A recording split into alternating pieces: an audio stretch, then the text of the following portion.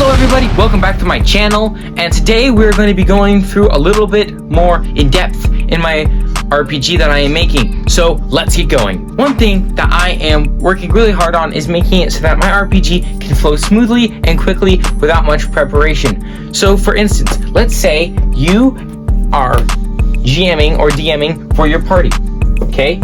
And you're on the world, and you want them to have a quick dungeon crawl.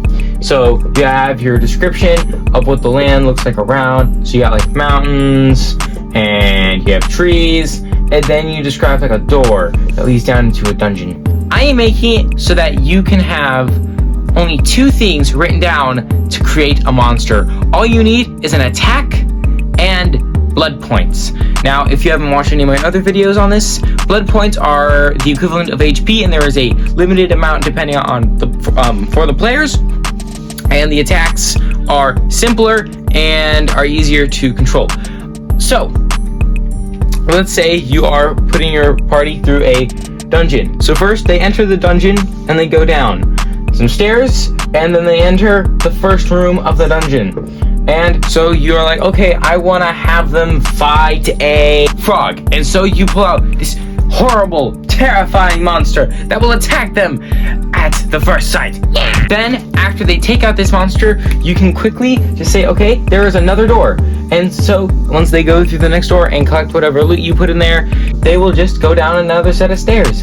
And then there will be another room. Then you add another creature. For instance, they could be fighting another, let's say, another monster that could be like a marshmallow that can have laser eyes and be made of metal and floats around the room, shooting at the players as they desperately try to get away.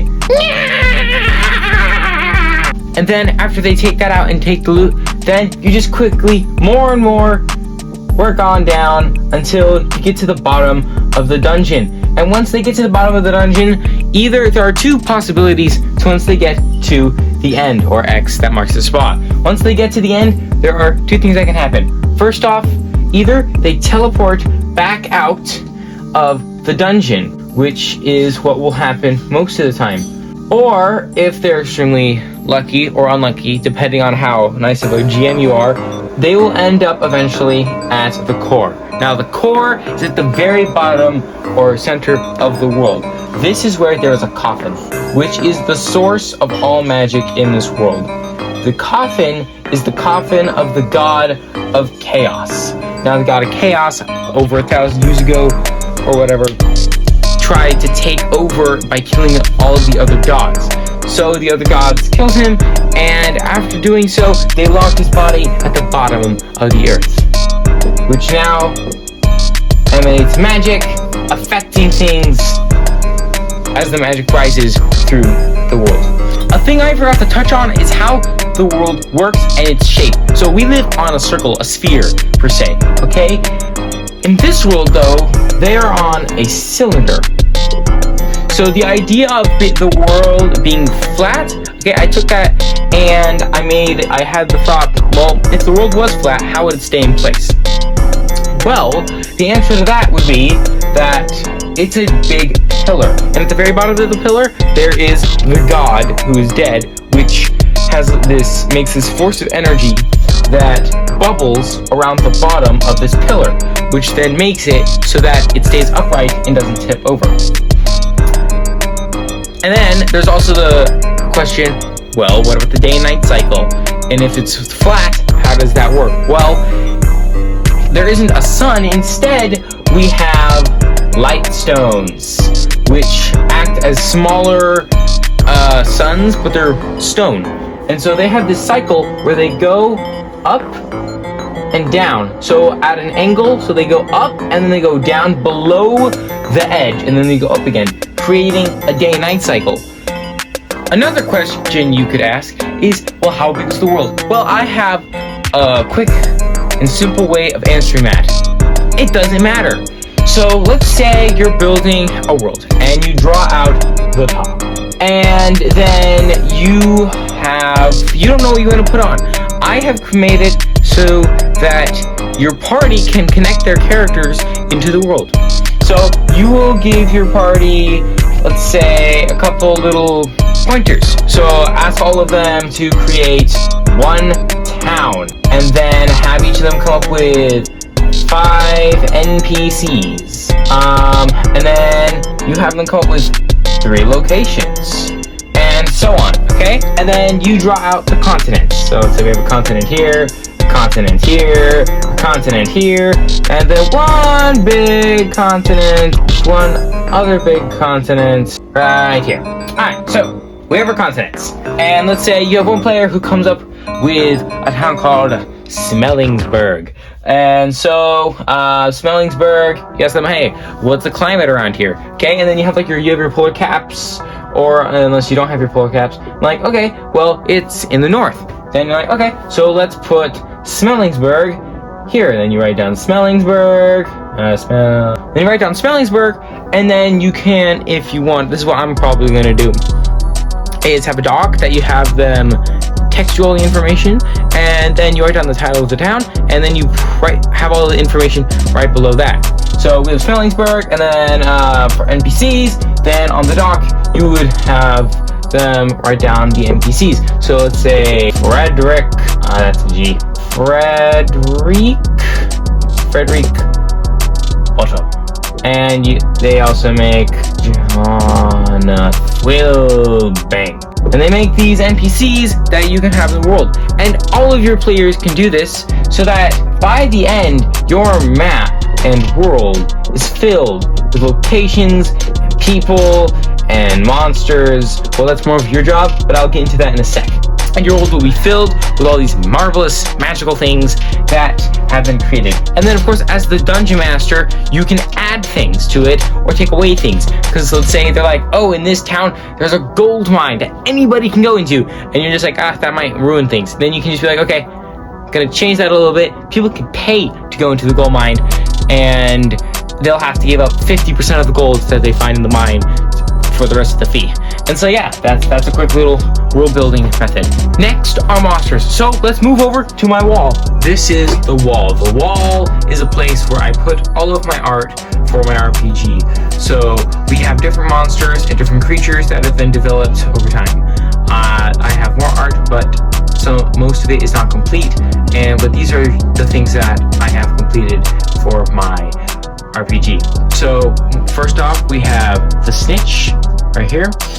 The Snitch is a creature of following that follows masters of darker background and helps them in their missions and stuff like that. Then we also have this giant who has a giant complex on its back. Now, people would look at it and be like, oh, look at that, that's a city. But no, actually, it is a giant prison compound that is run by a lesser deity of control. And then we also have these guys who are called the Brotherhood of Magical Superiority. They are followers of the God of Chaos, who I mentioned earlier in the video. And they work on spreading magic, which is why I drew this book right here. And then we also have other people who do stuff like that.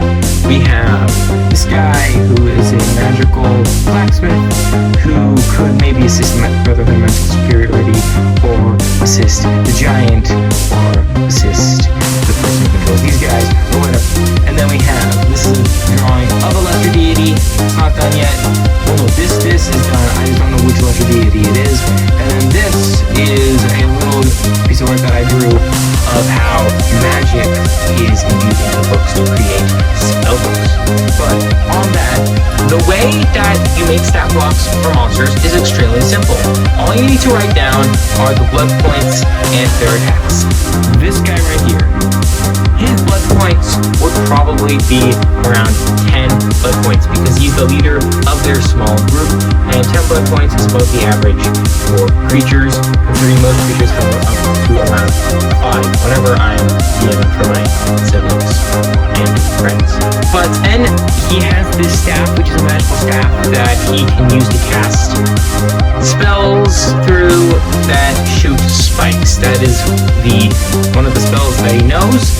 He also has other abilities, but simply I just write down his blood points, and then I write down the damage dice type for the staff, and that's all I have to do. And that is an easy, quick way to create monsters for your campaign in this RPG system. Now that we understand how monsters work, let's move over to combat.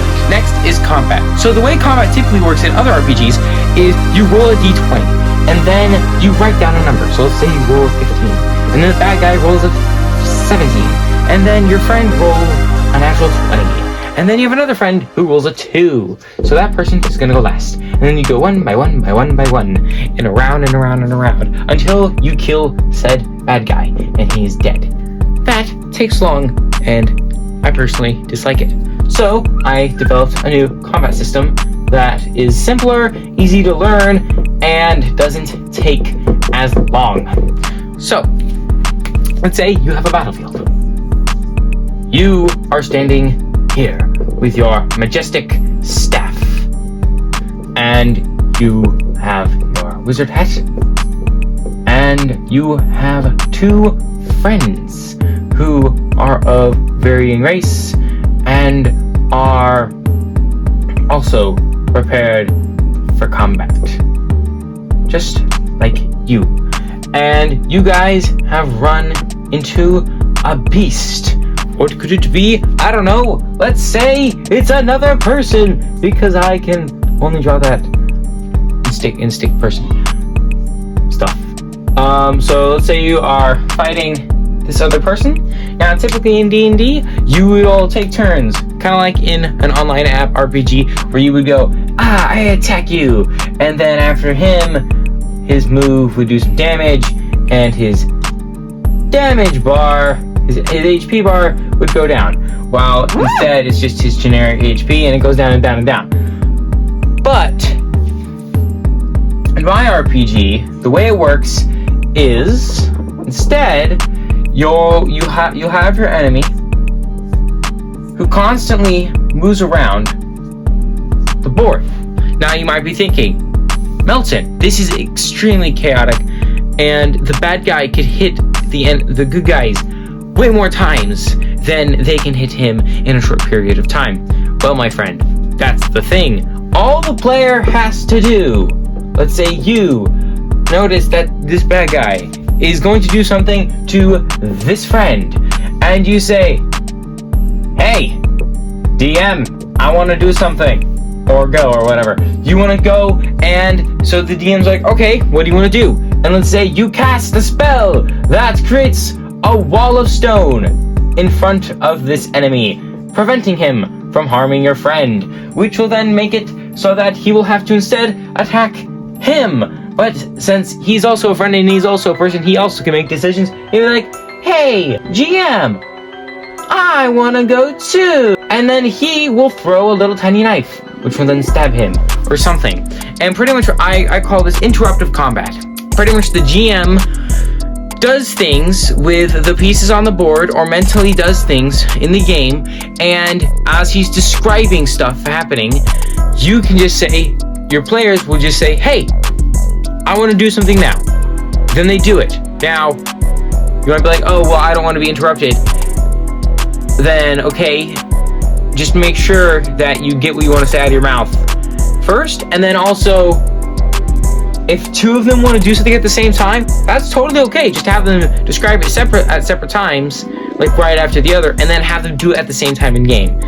So yeah, that's the combat system, and yeah. Those are some of the rules to my RPG system that I'm developing. Please like the video and subscribe to my channel if you want to see more of my content in the future, and hit that notification bell. So see you guys later. Bye.